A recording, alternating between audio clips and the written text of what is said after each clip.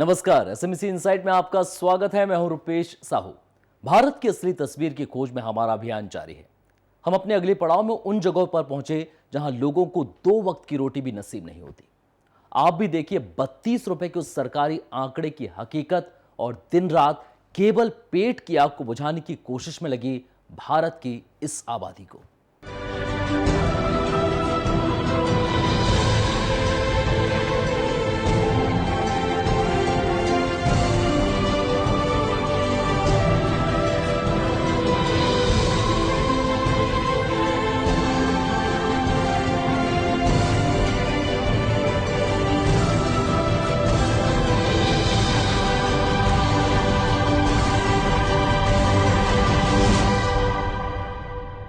रोटी, कपड़ा और मकान की कहानी आपने फिल्मों में देखी ही होगी, लेकिन यहां हम आपको एक फिल्म नहीं, हकीकत से रूबरू कराएंगे। इसको देखकर आप कह उठेंगे कि ऐसे हालात किसी के साथ ना हो। पर तस्वीरें झूठ नहीं बोला करती। यह करारा तमाचा है उन जनप्रतिनिधियों पर जो झूठे दावे कर विकास की गंगा बहाने के दावे किया करते हैं।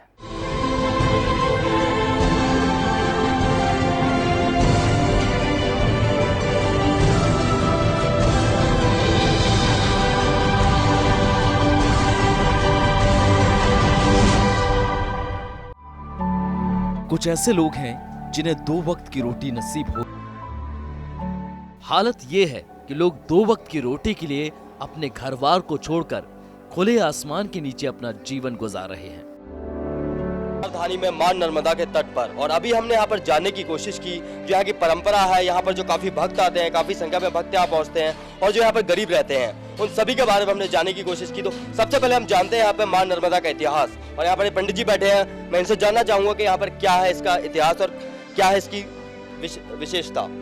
नर्मदा जी जो हैं अमरकंठ से निकली हैं और खंभात के खाड़े में जाकर के गिरी हैं।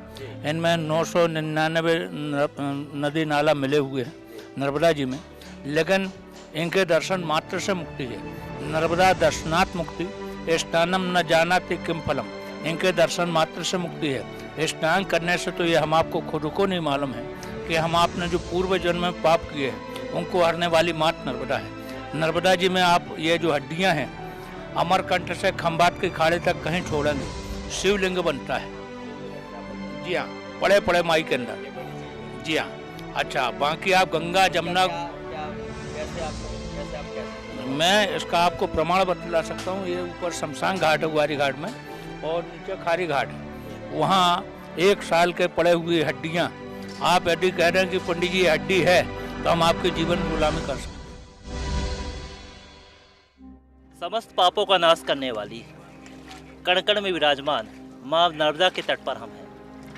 माँ नर्मदा की महिमा अपरंपार है और इसी महिमा का गुणगान पूरा विश्व भी जानता है। अभी हम यहाँ पर जबलपुर के ग्वारी घाट में हैं और ग्वारी घाट में हम ये आपको दिखा दें कि पूरा नर्मदा का तट है। माँ अपने सभी भक्तों की मनोकामनाएं पूरी करती हैं। ये आप सामने देख सकते हैं, ये माँ नर्मदा का मुख्य मंदिर है जिसमें काफ़ी समय से माँ विराजमान है। मंदिर अथाह जलराशि के बीच इस मंदिर को स्थापित किया गया है।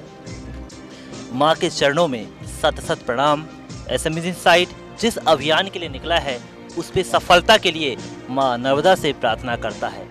हमारा मकसद है कि हम माँ नर्मदा के आशीर्वाद से जन जन तक जो भी भक्त चाहते हैं, जो भी हमारे मतदाता चाहते हैं, जिनकी भी जो मनोकामना है वो पूरी हो। एक दरिया है यहां पर दूर तक फैला हुआ। आज अपने बाजुओं को देख, पतवार न देख। मां नर्मदा के मुख मंदिर तक पहुंचने के लिए जिस नाव का हमने सहारा लिया, उस नाविक की व्यथा भी कुछ कम नहीं थी। जी तोड़ मेहनत करने के बाद भी 2 वक्त की रोटी नसीब नहीं हो पाती। राशन कार्ड तो है, लेकिन अनाज कितना मिलता है इस बात का उससे कुछ पता ही नहीं। तो यहाँ पर शुरू हो गया सफर हमारी ऑपरेशन रोटी, ऑपरेशन गरीबी और एक उभरते भारत के लिए हमारा जो ऑपरेशन इंडिया है उसका। तो यहाँ पर अब हम इनसे जानना चाहेंगे नर्मदा के तट पर रहने वाले लोगों की स्थिति क्या है। क्या यहाँ पर नेताओं ने विकास किया है, या यहाँ पर यहाँ पर भी जनता जनता मरहूम है उन सब से जो उन्हें मिलना चाहिए। जी आपका नाम? यहाँ पर कौन से नेता है आपके? यहाँ पर विधायक कौन है? विधायक वही हैं बब्बू सरदार जी। यहाँ पर राशन वगैरह आपको मिलता है? राशन तो मिलता है लेकिन बहुत कम मिलता है जी। कि क्या गुणवत्ता क्या होती है उसकी, कितना अच्छा होता है, कैसा होता है वो? कम से कम 25-30 किलो मिलना चाहिए गेहूँ, 20 किलो चावल। अभी तो मिलता है 15 किलो गेहूँ, तो 2 किलो चावल, 1 किलो शक्कर। कम से कम 35 किलो राशन सरकार देने की बात करती है, जिसको लेकर राहुल गांधी लगातार भाषण भी देते रहे कि हमने ये बिल पास किया, हमने वो बिल पास किया, हमने भूमि अधिग्रहण बिल लेकर आए, हम खाद्य सुरक्षा बिल लेकर आए। मगर क्या वो वाकई में खाद्य सुरक्षा हो पा रही है आज उनके इस बिल की? यहाँ पर बड़ा सवाल उठता है कि इन्हें 35 किलो भोजन मिलना चाहिए बट वो मिलता है 15 किलो या 10 किलो। बाकी बकाया जाता कहाँ है, ये तो सरकार ही जवाब देगी इस बात का। कैमरा पर्सन विजय सिंह ठाकुर के साथ नकुल चतुर्वेदी, SMBC। इस नदी की धार में ठंडी हवा आती तो है, नाव जर्जर ही सही लहरों से टकराती तो है। इन सभी लोगों पर नर्मदा माई की कृपा तो है, लेकिन सरकार इन पर कितनी कृपा बरसाती है ये कहीं नजर नहीं आता। व्यवस्था के नाम पर इन्हें कुछ नहीं मिलता, बस ये तो मां के सहारे ही जी रहे हैं। भारत में कई ऋतुएं होती हैं और ऋतुओं का मजा भी लोग लेते हैं, लेकिन एक ऐसी ऋतु आ गई है जिसका केवल अब नेता ही ज्यादा मजा ले रहे हैं। जी हाँ, बिल्कुल चुनावी मौसम आ चुका है। उस चुनावी मौसम में नर्मदा के तट पर भी नेताओं की भीड़ जरूर लगेगी, लेकिन यहाँ पर वादे भी करेंगे, कस्में भी खाएंगे, जीत की मन्नतें भी मांगे जाएंगी। लेकिन इस जीत के बाद क्या वो जनता की सेवा कर पाएंगे? जो उन्होंने वादे किए थे क्या वो पूरे कर पाएंगे? कितना करप्शन होगा, कितना वो घोटाले करेंगे, इन सभी चीजों पर यहाँ से हमारी नजर है। और हम इस एक अभियान पे निकल चुके हैं जनता की तह तह तक नेताओं की हकीकत को बताने के लिए। ऑपरेशन गरीबी के बाद हम आज अपने अभियान की शुरुआत कर रहे हैं ऑपरेशन रोटी के साथ, और इसके बाद हम घर घर में जाएंगे और पता लगाने की कोशिश करेंगे कि गरीबों के घर में 2 वक्त की रोटी नसीब हो पाती है कि नहीं, या फिर सिर्फ दावे ही दावे रहते हैं। SMBC साइट के लिए विवेक तिवारी, कैमरामैन विजय सिंह ठाकुर के साथ।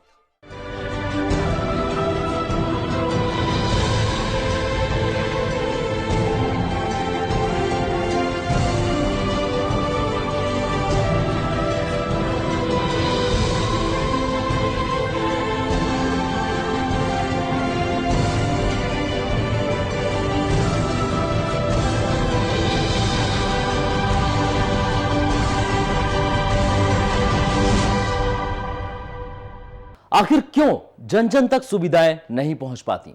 आखिर क्यों सिर्फ वादे ही नजर आते हैं? आखिर क्यों हर बार लोग ही छले जाते हैं? इस बात का जवाब किसी के पास नहीं मिलता।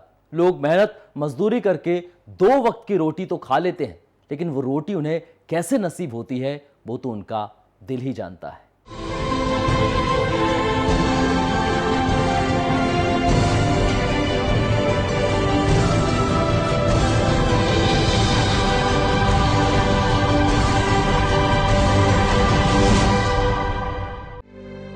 हमें लगा था कि नर्मदा के किनारे हर लोग सुखी होंगे। हाँ, ये बात सच है कि मां नर्मदा इनको 2 वक्त के तट पर कुछ नाविक मेहनत करके अपना परिवार तो चला लेते हैं, लेकिन प्रशासन इन्हें उपेक्षित भाव से ही देखता है। मुख्य मंदिर पर पहुंचने के बाद हमने यहाँ की कुछ और नाविकों से बात की तो उन्होंने अपना दर्द बयां कर दिया। दिल्ली सहित अभी 4 और राज्यों में विधानसभा चुनाव होने हैं और उसके बाद लोकसभा चुनाव, जो फैसला करेंगे आने वाले प्रधानमंत्री का। बीजेपी ने ऐलान किया है, मुख्यमंत्री नरेंद्र मोदी गुजरात के जो हैं उन्हें प्रधानमंत्री पद का कैंडिडेट घोषित किया है, और दूसरी तरफ जो कांग्रेस के दिग्गज नेता है राहुल इस कश्मकश में है कि वो भी आने वाले प्रधानमंत्री बने। मगर क्या वो प्रधानमंत्री बनने के बाद वो सब कर पाएंगे जो अब तक नहीं हुआ?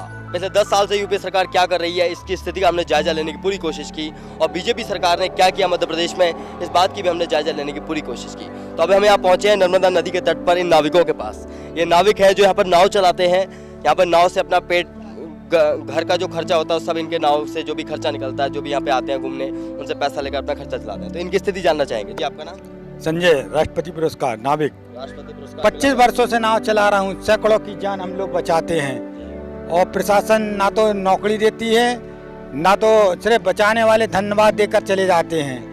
हम लोग आए दिन लोगों को बचाते रहते हैं। राष्ट्रपति अवार्ड मिलने के बाद तत्कालीन पूर्व मुख्यमंत्री ने घोषणा की थी कि नौकरी दी जाएगी। कब मिला था आपको? 2004 में मुझे राष्ट्रपति अवार्ड मिला, लाल परेड भोपाल में। 4 लोगों की जान बचाई थी, बिहारबाग की पाल फैमिली। मुझे तत्कालीन उमा भारती ने नौकरी की घोषणा की थी कि तुमको आरक्षक बनाया जाएगा। ना तो मुझे आरक्षक बनाया, ना तो मुझे नगर निगम में नौकरी दी। MIC प्रस्ताव पारित बृहद पद के लिए मेरी शासन को फाइल गई। नगरीय प्रशासन मंत्रालय वल्लभ भवन मेरी फाइल पड़ी है। बाबू लोग जाते हैं तो मुझे भटका देते हैं। 2 बार मुख्यमंत्री शिवराज सिंह चौहान ने मेरी नौकरी के लिए पत्र लिखा, उससे भी कोई फर्क नहीं पड़ा प्रशासन को। मुझे तो इस बात का दुख है कि मुख्यमंत्री के पत्र लिखने के बाद भी नगरीय प्रशासन कुछ नहीं कर रहा है और ऐसे पत्र लिखकर वो एक कबाड़ खाने में मेरी फाइल को डाले हैं। खुलेआम धोखा दिया जा रहा है। मेरे साथ धोखा किया है 9 साल से। यहाँ पर सबसे बड़ी चीज, आपका नाम? संजय बर्मन। संजय जी की समस्या ये रही कि ये यहाँ पर नाव चलाते हैं और इन्होंने पिछले कुछ कितने साल हो गए आपको?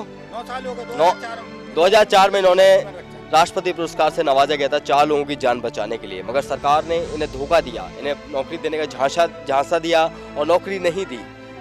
तो आखिर कैसे चलेगा यहाँ पर देश, और कैसे बीजेपी के शासनकाल में भी ये सब हो रहा है मध्य प्रदेश में कि एक जो व्यक्ति है जिसने 4 एक महान काम किया है, उसे धोखा दिया जाता है कि हम आपको नौकरी दे देंगे, उसके बाद कोई नौकरी नहीं दी जाती। सरकार की वादा खिलाफी पर इनका आक्रोश साफ नजर आ रहा।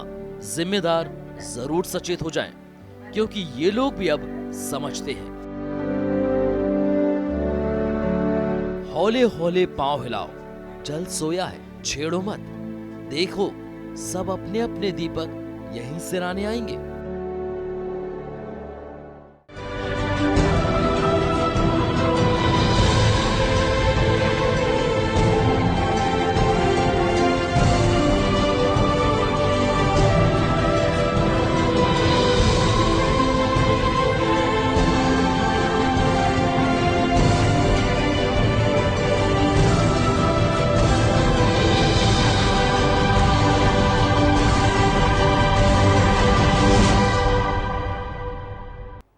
यहाँ रुकेंगे कुछ पलों के लिए, ये कार्यक्रम अभी जारी है।